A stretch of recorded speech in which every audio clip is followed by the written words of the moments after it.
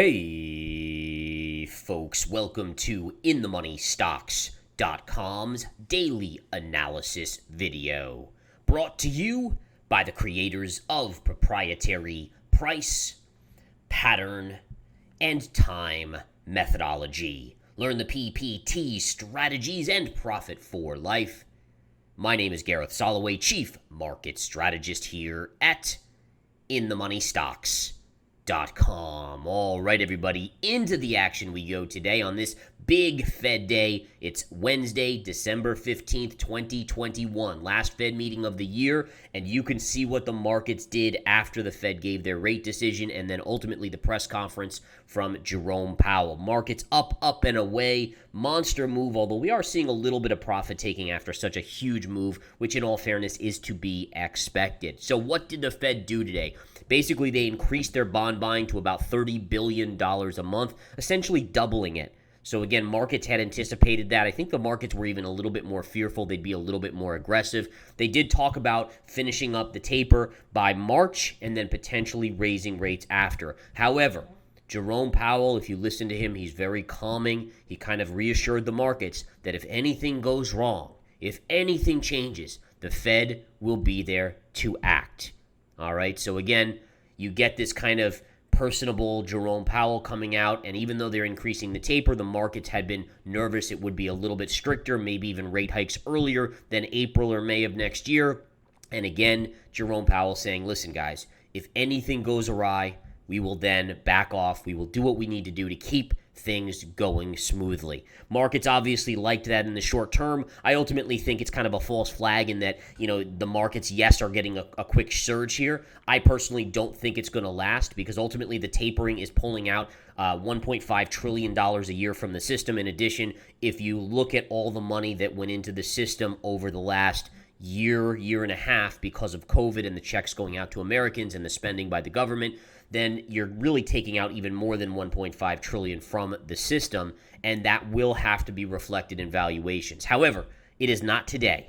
Today, it is up and away until this last little bit of a pullback. Markets close in about 11 and a half minutes. We will take this market into the end of the day and see where we close. All right, so again, one of the little indicators today that I thought was interesting, the markets were down early, but look at how you never violated yesterday's lows. So what that told you, there were some buyers underneath the market anticipating the market, a positive reaction from the Federal Reserve.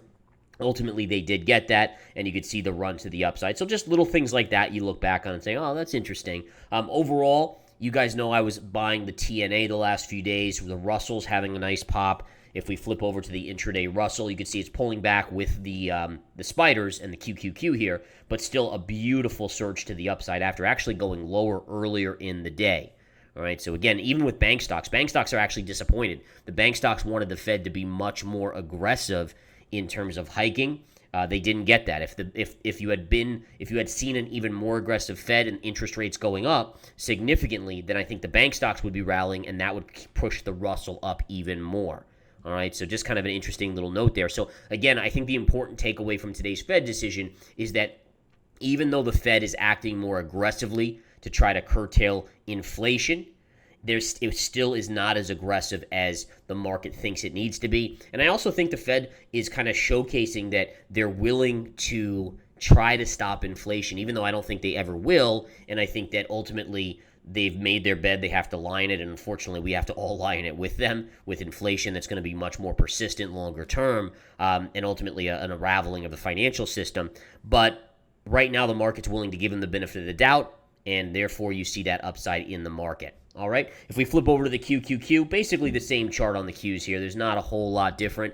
Bigger move percentage-wise, 1.8%. Arguably, the Qs had been the ones that were getting hammered more the last few days. We saw massive moves down of like 1 to 2% on the QQQ on these days. You had a nice little W pattern here. This is a beautiful W. Notice, again, the low today never took out the low from yesterday, and you can see the rip-roaring rally here on the QQQ into the end of the day here with now less than 10 minutes to go in the trading day.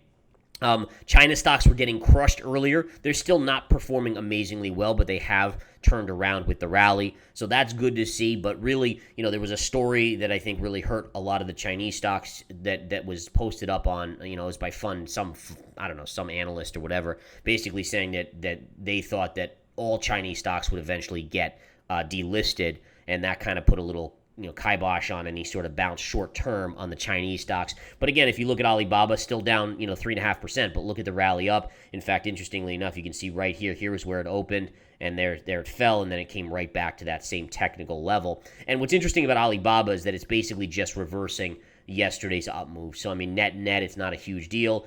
You are also getting some bottoming tails like CGC, potential bottoming tail on that one. If we flip over to the daily chart, I can show you a couple of these. It's kind of cool to see. Now, granted, so you can see the bottoming tail on that daily chart. Now, the one caveat here I will throw out to you guys is that I never like bottoming tails when it's done because of a market rally versus the stock itself. So I'd much prefer when a bottoming tail is made that it occurs when a market is flat or even going down or a little bit up. But ultimately, that reversal, you don't want to have the market have a hand in. You want it to be because investors are buying it because it's stock specific. That's not happening here with CGC. Do I think it's overdone to the downside? Heck yeah, it is. Ridiculous. Just look at since mid-November. So basically 1 month ago, it was at $16. Here you are at $9. If you zoom out, this was a $50 stock earlier this year, $55, $56 stock. So, obviously you're looking at that chart. It's way oversold. The RSI on the weekly is just insanity. But having said that, it's still a bottoming tail, but it's not as good as a bottoming tail. Maybe I'm being a stickler, but that's just what I've learned in my trading years, that bottoming tails are best when they're formed on a stock without the help of the market. All right.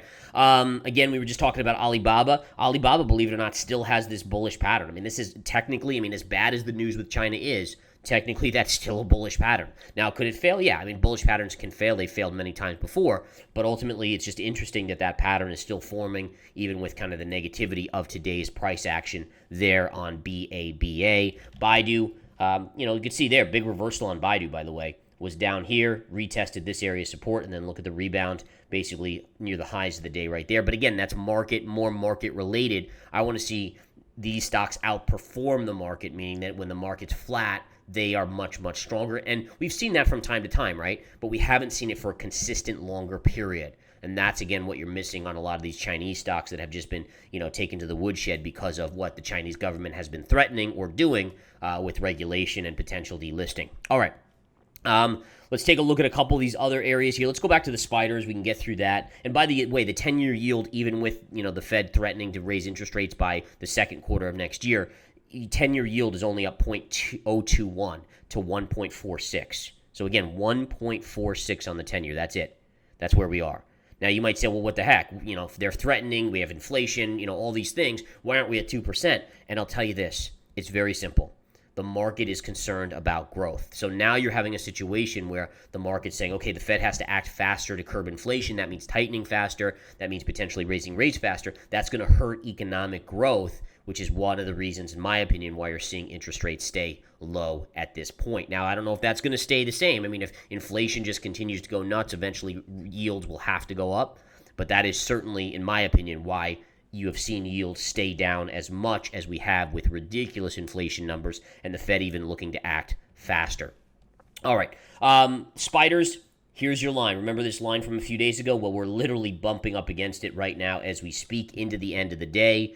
So that's pretty remarkable that this morning we were all the way down here, yesterday's low right there, and then look at that move. Just the volatility. Look at the size of these candles over the last month. And again, if you're a swing trader like me, you just love that volatility because it just gives us so many opportunities out there to trade and get in positions. And just think about TNA, right? So TNA, which I've been accumulating, our average price in this, right, is 77.04. Yesterday we bought more at 75.20. This morning it hit a low of 72.81, and here it is at 79.60. Obviously this is a double ETF, or it's a 3 times ETF, but it's still, incredible volatility out there in the market that's translating into these ETFs and such. So again, for me, that's what I like to see. I like to see charts where I slowly buy and accumulate, and then when they do bounce or they pull back, we can make some good money on them very, very quickly.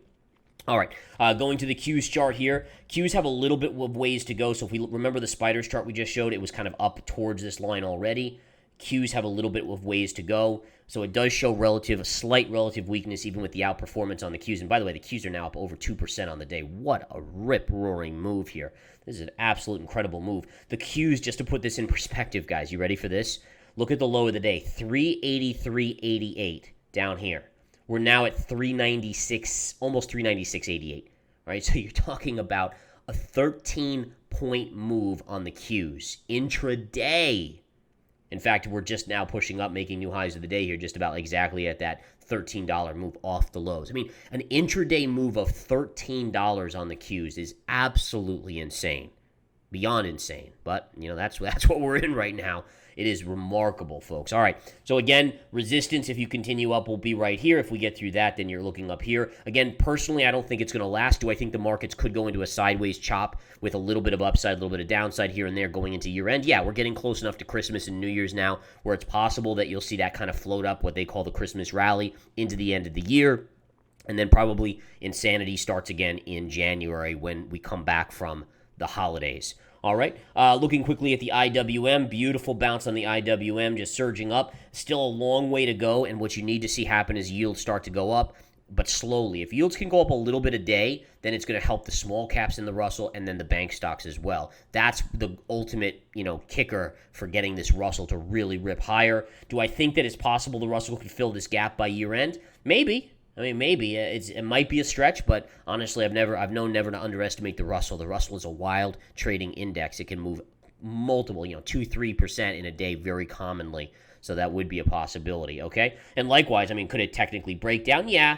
After the reversal today and with all these supports down here, it's probably unlikely that into year end it takes out these lows. But down the line, it very well could. It very, very well could in January or beyond, especially when the overall market starts to sink to new lows. All right, Bitcoin, take a look at Bitcoin. On the back of the Fed, Bitcoin surged. All right, I got to show you this intraday chart on Bitcoin, guys. We'll go to the 10-minute chart. So when the Fed came out, basically you were upticking into the Fed here, and then look at this rip here. Now, having said that, Bitcoin's only back to where it was trading a couple days ago, just like the stock market in all fairness. You're still kind of stuck in this sideways range between 51,000 and 47,000. If it can get through 51,000, then you should get back to about 54,000, 53 to 54,000. That's where I have it penciled in to run into a lot of resistance on Bitcoin. Ultimately, I'm still penciling in much more downside on Bitcoin. But again, I'm still in the camp that you still see a little upside first, maybe into year end, maybe perfectly into year end with the Santa Claus-ish, rally-ish, float up, chop, whatever you want to call it. Maybe that can get Bitcoin pushing up to that 53, 54,000 level before year end. Really, it shouldn't take a lot of energy for Bitcoin considering how volatile that is. Gold today. So gold initially flushed, and this is just one of those charts that you just have to enjoy. You have to appreciate. And what I mean by that is when the Fed came out, gold flushed, right? Where did it go? Look at that. Look at the wedge pattern low. And then look at the reversal off of that. And we can get rid of that trend line. Don't need that trend line. But, that is just picture perfect, exactly what you would write if you were writing a script for what gold would do. It would hit support, and then it would bounce. Amazing. Absolutely amazing, folks. And here we are up on the day, so you're starting to see gold gain a little traction. I'm still in the camp, especially now that we've hit this low. It opens it up to potentially go back to this high and potentially break out in early 2022 and start heading back to that close to 2100 high from 2020. All right, so that is pretty cool stuff. We will definitely monitor that and see. And this, I'm talking about this high, obviously, back here on gold. If you can break out of this line, then you should get there very, very quickly. Okay. All right. Silver's chart. Oh, bear with me as my chart just decided to get massive. I must have clicked the wrong button there. There we go. And there's the market closing. We'll check back in on the spiders in a second. But again, nice little rally in the markets, no doubt. Good reversal here. Love this. Look at the double bottom. So technically gold and silver. So silver hitting a double bottom. The gold chart on the GLD hitting the upward sloping wedge pattern trend line, and both reversing. Right here. And you could make a case, again, I'd have to see, did you make a lower low? Yeah, it looks like you made a lower low on the SLV right here. So you can see how it pierced. So this is actually a bottoming tail on silver. So that's a very, very, bullish reversals on gold and silver today. Let me see what the GDX ended up doing. It was getting crushed earlier. Still ended down, but look at that tail. That's not a. It doesn't look like a bottoming tail. Close, but it doesn't. But either way, you still got a double bottom here on the GDX. So again, with bullish reversals on gold and silver, you got to think the GDX could start to outperform pretty nicely here over the next couple weeks and even into the new year. All right, so that's where we sit on this front there. Lastly, let's take a look at oil. And oil today, folks, after basically consolidating the last few days, starting to inch up. This actually looks like a bull flag, and it looks like it could head up here, and it still could get up here. So, I mean, we could have a commodity surge over the next, month or so. You could see gold up here, and you could see oil up there, and then gold and silver breaking to the upside. Could be very, very interesting, in fact. So, yeah, let's just keep an eye on it. This is exciting, folks. I love, again, you guys know I love volatility. I love the action in the markets when we get action. The worst is to come and do these videos when it's like, okay, well, markets went sideways all day. Nothing's moving. Volume's dead. This is like, yes, get some action. All these different things to look at and trend lines to look at and reversals and, this and that and see where it goes and then carries us into the next few days and the next few weeks and months, frankly. All right.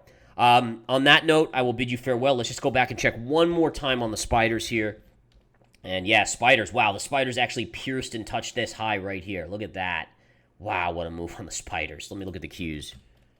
And Qs closed up 2.25%. That is a big move on the QQQ. And the Russell up $3.55 or so. Nice move there. And again, on the TNA, that's good enough for almost $80 into the close.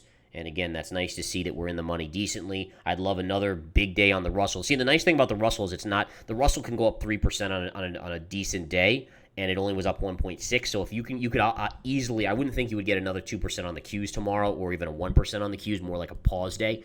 But if yields can inch up a little overnight, then you could easily see the Russell outperforming tomorrow and be up another 1-2%. And that could really catapult us into some good profit zones on the TNA. But again, speculating. Let's see what happens tomorrow. Have a wonderful, wonderful rest of your day, folks. Good stuff. Take care.